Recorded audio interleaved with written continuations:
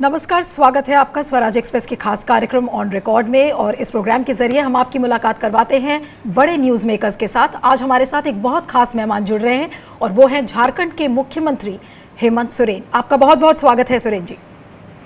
नमस्कार।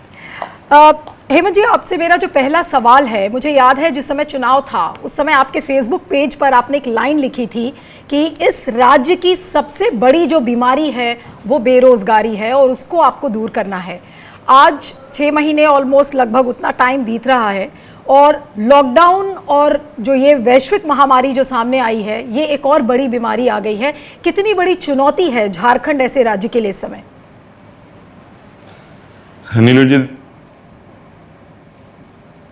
जी सर।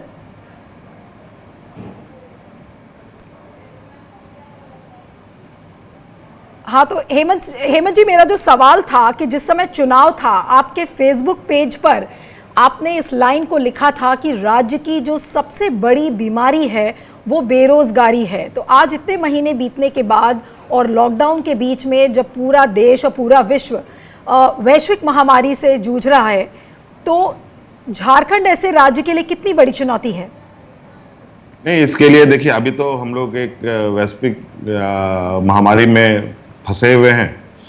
अब इसी बीच हम लोग कई कार्य योजना भी हम लोग बना रहे हैं। लगभग मुझे लगता है कि इस बार हमने पूरी सरकारी महकमे को आने वाले जो समस्या है उससे निपटने के लिए, या उस जो हमारे बीच में आएगी चुनौती, अभी तो चुनौती लगभग जहां का तहां ठहर सा गया है।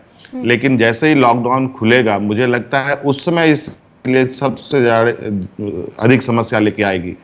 चाहे वो बेरोजगारी की हो, चाहे वो भुखमरी की बात हो, चाहे वो स्वास्थ्य की बात हो, चाहे वो शिक्षा की बात हो। इसको लेकर के हम लोगों ने रोजगार से संबंधित विषयों को लेकर के कई तरीके से कार्य योजना तैयार किया हुआ है। और अभी हम लोग कुछ दिन के बाद ही आपको पता चलेगा कि आने वाला समय में रोजगार से यहाँ पर लोगों को किस तरीके से हम लोग जोड़ेंगे और इसका कार्य योजना क्या हमने बनाई है। ये लगभग हम लोगों ने आखिरी चरण पर है। इन सब चीज़ों का हम लोग पूरे रूप से आप लोगों के समक्ष बातों को रखेंगे कि हम किस तरीके से लाखों लोगों को रोजगार से हम जोड़ेंगे, चाहे वो शहरी क्षेत्र में हो, चाहे वो ग्रामीण क्षेत्रों में हो। ये तो आपने अपना रोड मैप बेरोजगारी को हटाने का किया कि जब एक बार लॉकडाउन खत्म हो जाएगा तो किस तरह से वापस जो रोजगार की पटरी है वो शुरू होगी।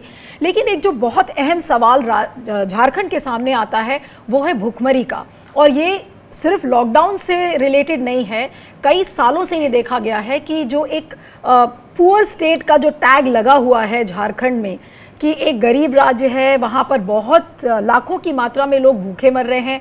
तो इस समय लॉकडाउन की स्थिति में ये क्या चीज़ें और बिगड़ गई हैं? क्योंकि जो जितनी भी ग्राउंड रिपोर्ट्स आ रही हैं, ये बता दें आपको, हम इस बार ये इस संक्रमण में हम लोगों ने दो क्षेत्र में बहुत मतलब तेजी से काम किया है।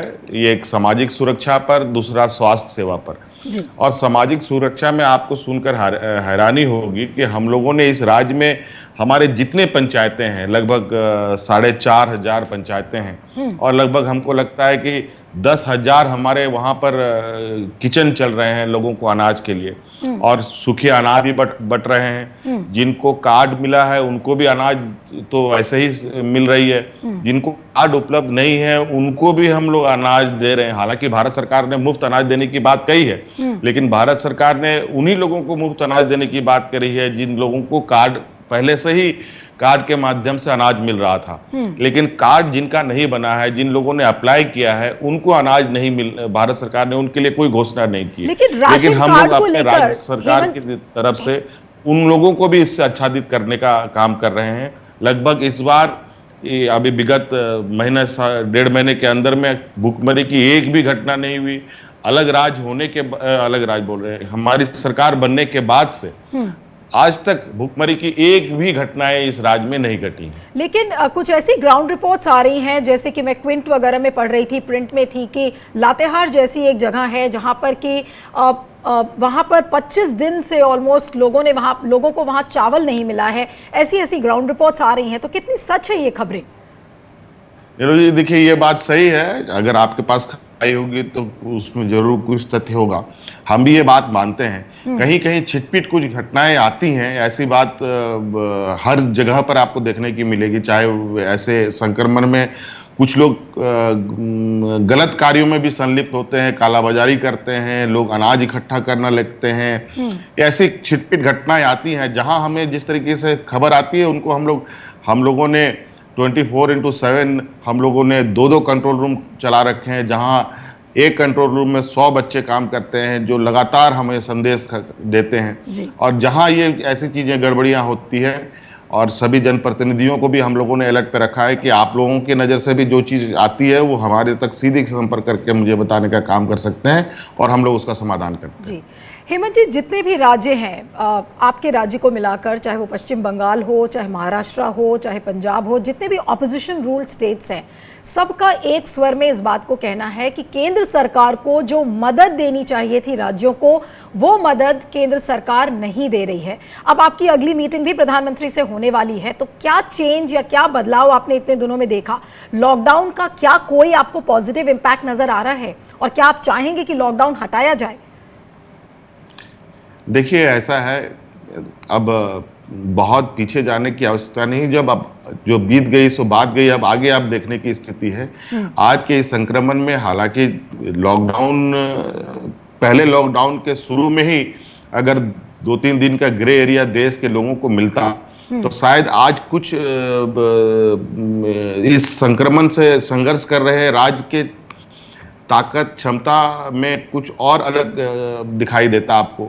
आज चूंकि सभी राज्यों में लोग, अलग अलग राज्य के लोग फंसे पड़े हैं, और खासकर हमारे जैसे झारखंड, बिहार, बंगाल, उड़ीसा, छत्तीसगढ़ के लोग तो सबसे अधिक लोग यहाँ से बाहर जाते हैं रोजगार के लिए। हमारे लगभग 7 से 8 लाख लोग का आकलन है जो हम दूसरे राज्यों में फंसे पड़े हैं। और जब ये वापस आएंगे, अब चूंकि सबको अपने अपने परिवारों की चिंता है, और इसको लेकर के निश्चित रूप से मुझे लगता है लॉकडाउन खुलने के बाद लोग आएंगे, और हमारी अब जो स्थिति है यहाँ तो कुछ बड़ा अजीब सा हालत है, पता नहीं क्यों ऐसा हमें लगता है। अभी अब देख रहे होंगे कि राजस्थान से, कोटा से बड़ी संख्या में विभिन्न राज्यों में बच्चे जा रहे हैं जी। और सरकार भी अपने से ला रही है, और लॉकडाउन का भारत सरकार का भी एक ये आदेश है, अब एक देश में 2 तरीके का नियम चल रहा है कि क्या, ये थोड़ा सा हम भी इस बात को प्रधानमंत्री जी के समक्ष रखेंगे जी। और आर्थिक रूप की जहां तक की बात है, हालांकि अभी हम लोगों का इस महीने का जो हम लोग को भारत सरकार से जो पैसे मिलने होते हैं हर महीने जो हमारे पास आता है, लगभग 17 करोड़ के लगभग हमें मिलता है, लेकिन इस बार 15 करोड़ ही हमें प्राप्त हुआ है जी। चलिए कोई बात नहीं, अभी हो सकता है क्राइसिस के पीरियड में चीजें मैनेज करने में आगे पीछे होती है। आज के दिन में मुझे लगता है कि दोषारोपण करने से ज्यादा अच्छा है कि आज केंद्र को राज्य सरकार को मदद करना चाहिए, और राज्य सरकारों को भी केंद्र सरकार को मदद करना चाहिए। बिल्कुल ये आज ठीक बात कही, मुझे आपने बिल्कुल सही कहा हेमंत जी कि इस समय दोषारोपण का टाइम नहीं है, और फिंगर पॉइंटिंग का ये बिल्कुल टाइम नहीं है। लेकिन आज सवाल कई चीज़ों को लेकर खड़े हो रहे हैं, भले इस पर राजनीति ना हो, लेकिन आज जो जिन चीज़ों को विपक्ष उठा रहा है, जैसे कि टेस्टिंग किट्स का मामला है, मजदूरों को लाने का मामला है। आपसे टेस्टिंग किट्स के बारे में पूछूंगी कि जैसे राजस्थान की सरकार है, उन्होंने टेस्टिंग किट्स को बिल्कुल मना कर दिया है इस्तेमाल करने के लिए, क्योंकि वहाँ उसकी क्वालिटी ठीक नहीं है। तो इन सब चीज़ों को लेकर कितनी संवेदनशील है झारखंड सरकार, और क्या स्थिति है वहाँ पर? क्या इस चीज़ को आप भी रेज करने की कोशिश कर रहे हैं केंद्र सरकार से? टेस्टिंग किट्स आई हैं झारखंड में?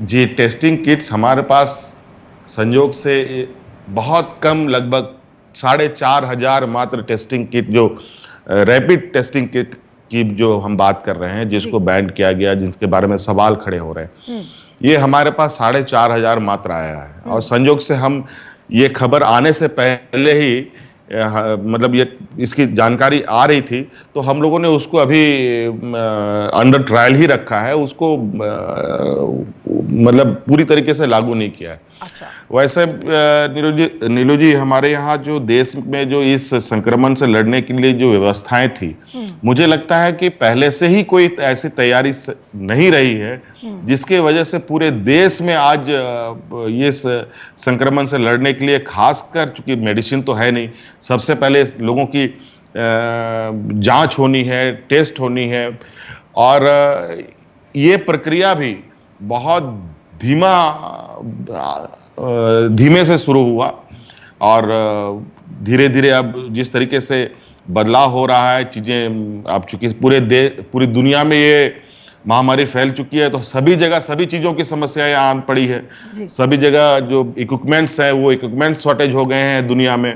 पहले तो टेस्टिंग किट नहीं मिल रहा था, अब जब टेस्टिंग किट मिलने लगा तो उसमें भी कुछ गड़बड़ियां होने लगी हैं। और इस तरीके से कई जैसे पीसीआर मशीन है और उसके साथ जो उसके जो अटैचमेंट आते हैं, जो उनके जो किट्स होते हैं, वो किट्स भी प्रॉपर नहीं आ रहे थे। तो वो बहुत धीरे धीरे चीजें चली हैं। लेकिन और अब अगर हेमंत जी, अगर राज्य सरकार के स्तर पर मैं पूछूं, भगवान ना करे कि वहां पर जो नंबर ऑफ इन्फेक्टेड केसेस हैं वो बढ़ें, और यही ये प्रार्थना है भगवान से कि सब कुछ ठीक हो, सब कुछ कंट्रोल्ड हो। लेकिन अगर चीज़ें हाथ के बाहर हो जाती हैं, बियॉन्ड कंट्रोल हो जाती हैं, तो आपकी सरकार कितनी तैयार है as far as equipments are concerned, as far as जो बाकी वेंटिलेटर्स, बेड्स की लेकर? अभी भारत सरकार ने कई रिलैक्सेशंस दिए हैं जी। पहले तो कुछ ऐसा था कि कोई भी चीजें बिना भारत सरकार आईसीएमआर के गाइडलाइन के बगैर आप आगे नहीं बढ़ सकते थे। और अब चूंकि चीजें धीरे धीरे घटती तो नजर नहीं आ रही हैं, बढ़ती ही नजर आ रही हैं। और अब ऐसी स्थिति में अभी कुछ समय से भारत सरकार ने कुछ कुछ चीजों पर, जैसे रैपिड टेस्टिंग किट आप खुद मंगा सकते हैं, पीपीई किट आप खुद मंगा सकते हैं, जी। और थर्मल स्कैनर गन आप खुद मंगा सकते हैं। इस टाइप की चीजें जो है ये अब राज्य सरकार खुद से प्रोक्योर कर रही है, खुद से खरीदने का उनको ये मिली, तो ये पहल आपने शुरू कर दिया है कि आपने खुद से ऑर्डर्स प्लेस करने हाँ, शुरू कर ये हम लोगों ने शुरू कर दिया है। जी। और इसको लेकर के, और चूंकि अब इसमें बड़ी संख्या में लोगों की जांच होने की जो मुख्य विषय है, उसके लिए जिस तरीके से रैपिड टेस्ट किट पर सवाल खड़े हैं, इसको लेकर के मात्र हमारे पास एक ही उपाय बचता है कि जो मुख्य रूप से जो इसकी लैब है, पीसीआर मशीन जिसमें रखा जाता है, जहां पर इसकी टेस्टिंग होती है, उसकी संख्या को बढ़ाना। अभी हमारे पास 4 लैब तैयार हुए हैं, जिसमें चरणबद्ध तरीके से एक एक करके खुला है। बिल्कुल। और अभी चारों हमारे मशीन लगातार चल रहे हैं, और हम इसको बढ़ाने की कोशिश कर रहे हैं ताकि हम लोग अधिक से अधिक लोगों को टेस्ट कर सकें, जांच कर सकें। हेमंत जी, आपकी तरफ से तो काफ़ी तैयारियां हैं इस समय, आपने अपने स्तर, राज्य के स्तर पर भी काफ़ी पहल की है। लेकिन एक और मुद्दा जिस पर आपसे बात करना चाह रही थी, क्योंकि जिस समय आप चुनाव लड़ रहे थे और आपका जो पूरा एक फेस था वो एक ऑपोजिशन का उभरता चेहरा बना था, और जिस तरीके का नैरेटिव अभी इस कोरोना की महामारी के दौरान जब हुआ है, लोग केंद्र सरकार को इसे दोषी देते हैं, विपक्षी दल खासकर, कि जब निज़ामुद्दीन, दिल्ली के निज़ामुद्दीन में जब मरकज़ का इवेंट हुआ, वहाँ पर बहुत सारे मुसलमान पकड़े गए, जहाँ पे कि जिन्हें जो कोरोना पॉजिटिव पाए गए, पूरा एक कम्युनल कलर उस चीज़ को दिया गया। मुझे याद है जब पहला केस झारखंड में आया था तो वहाँ पर भी उस तरीके की बातें शुरू हो गई थी कि ये जो पहला शख्स है जो झारखंड में जो कि कोरोना पॉजिटिव पाया गया, वो क्योंकि दिल्ली के निज़ामुद्दीन में था और इसीलिए अब पूरे स्टेट में कोरोना फैल रहा है। तो इस तरीके का जो कम्युनल नैरेटिव एक महामारी को दिया गया है, इस पर आपका क्या कहना है? नीलू जी, देखिए, ये तो चीजें हैं, ये कहा जा सकता है कि दुर्भाग्यपूर्ण है कि आज एक समुदाय पर ये बात थोपने की बात लोग जहां तहां करते हैं। लेकिन मेरा ये स्पष्ट मानना है, और आमतौर पर कोई भी लेमैन आदमी भी इस बात को समझ सकता है कि बीमारी किसी को भी आ सकती है, संक्रमण किसी के साथ भी हो सकता है, चाहे वो हिंदू हो, मुसलमान हो, सिख हो, ईसाई हो। एक जगह ये बातों को कंसंट्रेट करके उसको एक राजनीतिक रंग देना, मतलब ये बिल्कुल स्पष्ट है। हर कोने में कुछ लोग ऐसे जरूर बैठे रहते हैं जहां हर मुसीबत को भी वो अपना किसी तरीके से अवसर में बदलने का प्रयास करते हैं, ना कि मुसीबत से बाहर निकलने की बात करते हैं। आपको पता ही है निजामुद्दीन की कहानी क्या है। निजामुद्दीन से सटा हुआ वहां पुलिस क्या सारी व्यवस्थाएं हैं। लगातार निजामुद्दीन में जो लोग थे, उन लोगों ने पुलिस प्रशासन से संपर्क करके ये कहा कि हमारे यहाँ लोग हैं, हमारे यहाँ इनको बाहर भेजने की अनुमति दी जाए। मैं उन पे जाना नहीं चाहता, वो सारी स्टोरी सभी लोगों जी। के पास है, सब लोगों ने इसको कवर भी किया है। उसके बावजूद इस बात को करना मुझे नहीं लगता है कि ये तो कहा जाए अभी राजनीति करने का समय नहीं है। राजनीति करने का समय अभी है, राजनीति बाद करने में का आएगा। समय नहीं पहले है। हम हेमंत जी, राजनीति मुसीबत से करने का समय बिल्कुल नहीं है, लेकिन मुद्दों को उठाना भी विपक्ष का काम है। चाहे वो टेस्टिंग नहीं, किट्स की बात करें, चाहे ये वो समय प्राइम आने पर मिनिस्टर आएगा। मैं इसमें ये समय आने पर ये भी आएगा कि बिल्कुल। आज लॉकडाउन लोगों ने क्यों तोड़ा है, आज एक राज्य से दूसरे राज्य में लोग कैसे जा रहे हैं। आज आपको पता होगा कि कोटा से जो बच्चे यूपी आए, उसमें से बच्चे संक्रमित भी निकले हैं। आज बताइए उन बच्चों का क्या स्थिति होगा। आज झारखंड सरकार के सबसे अधिक मजदूर बाहर फंसे पड़े हैं, बच्चे भी फंसे पड़े हैं। हमारे यहाँ से मरीज दूसरे राज्यों में जाते हैं इलाज कराने के लिए, बेलौर में, वहां भी बड़े पैमाने पे वो मरीज इलाज होकर के आने की तैयारी कर रहे थे, वो जहां तहां फंस गए। अब पता चला कि वो ठीक होने किया गया है बेचारा, वो और भी। अभी तो हमें ये भी जानकारी मिली है कि हमारा मजदूर जो दूसरी जगह रोजगार की तलाश में गया है, उसकी जानें भी चली गई हैं। अब ऐसे घटनाएं अब धीरे धीरे बढ़ेंगी तो मुझे लगता है कि लोगों के अंदर और भी आक्रोश बढ़ेगा। तो और आपके इसके लिए हिसाब से केंद्र सरकार, जी हेमंत जी, आपके हिसाब से क्या होना चाहिए? किसी को कुछ समझ में नहीं आ रहा है। आप जिससे बात करिए, कंफ्यूजन है सरकार के स्तर पर, देखिए, पुलिस के स्तर पर। लॉकडाउन को क्या आप आपके राज्य के हिसाब से, अगर आपके पॉइंट ऑफ व्यू से मैं पूछूं, क्या लॉकडाउन को हटाने से आपके राज्य का भला होगा? नीलू जी, देखिए, संक्रमण तो है और संक्रमण का शेप कल क्या होगा कोई नहीं बता सकता। बढ़ भी सकता है, घट भी सकता है। और आज आप इस जंग में आ चुके हैं, तो जंग की तैयारी के लिए पहले अगर राज्य सरकार के पास पूरा संसाधन है, अगर हमारे पास मंदिर मस्जिद से अधिक हमारे पास अस्पताल होती, तो मैं तो दूसरे दिन कहता कि आज हमारे मजदूरों को यहाँ लेके आओ। मैं तो आज भी भारत सरकार से यही कहता, आग्रह करना चाहूंगा कि हमारे लोगों को आप अपनी व्यवस्था से हमारे राज्य तक छोड़ें। हम लोग अपने राज्य में उनको क्वारंटाइन करने का व्यवस्था कर सकते हैं, इतनी क्षमता हम लोग के पास है अभी। और जो जांच प्रक्रिया होगी उसके तहत हम ये बढ़ सकते तो हैं। ये कोशिश लेकिन आपकी कब शुरू होगी? हेमंत जी, आप कह रहे थे कि आप अपने राज्य के जो मजदूर बाहर फंसे हुए हैं, चाहे वो स्टूडेंट्स हो चाहे मजदूर हो, उन्हें आप वापस लेकर आना चाहते हैं। तो आपने क्या केंद्र सरकार से पहल की है, या जिन राज्यों में लोग फंसे हैं उनके बाकी मुख्यमंत्रियों से आपकी कोई बात हुई है कि उन्हें वापस लाया जाए? सभी मंत्री, सभी मुख्यमंत्री अपने तरीके से अपनी चीजों को ले रहे हैं। मैं भी अपने तरीके से अपने इस राज्य को देख रहा हूं। आज मुझे पता है कि बाहर से लोग आएंगे तो संक्रमण हमारे साथ हो सकता है, कि भगवान ना करे कि हम संक्रमित हों, लेकिन संक्रमण हो भी सकता है। अगर ये पहले हुआ होता तो शायद आज संक्रमण की संख्या घटी रहती। लेकिन अब चूंकि अभी लॉकडाउन के अंदर इधर उधर लोग नहीं भी, कोई पैदल चल के आया, कोई मोटरसाइकिल से चल के आया, किसी तरीके से इस तरीके से 2 लाख लोग तो ऑलरेडी पहले आ चुके हैं हमारे पास, जिनकी संख्या हम लोगों ने लोगों को आइडेंटिफाई करके, उनको स्टैंपिंग करके, उनको क्वारंटाइन करके, उन लोगों को मतलब पूरे सर्विलांस में रखा हुआ है। अभी खुशी की भी बात है कि हमको संक्रमित लोग तो मिल ही रहे थे, लेकिन रिकवर करने का कोई भी रिपोर्ट हमारे पास नहीं आ रहा था। लेकिन अब लोग रिकवर भी कर रहे हैं, 4-5 लोग रिकवर भी कर गए, जिससे शुरुआत हुई थी यहाँ पर संक्रमण का। जो दूसरे देश से यहाँ महिला मिली थी, वो भी अब ठीक हो गई हैं।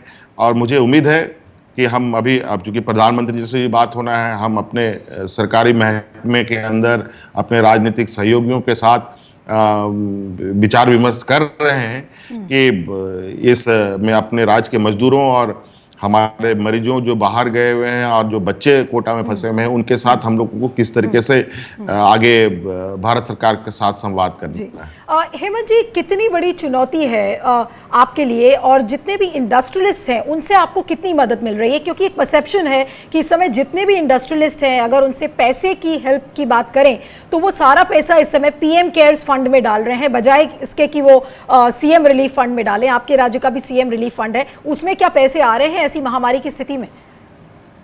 बहुत कम। अभी कहा जा सकता है कि मुझे लगता है कि हमारे फंड में 50 करोड़ भी आया होगा मुश्किल है। जी।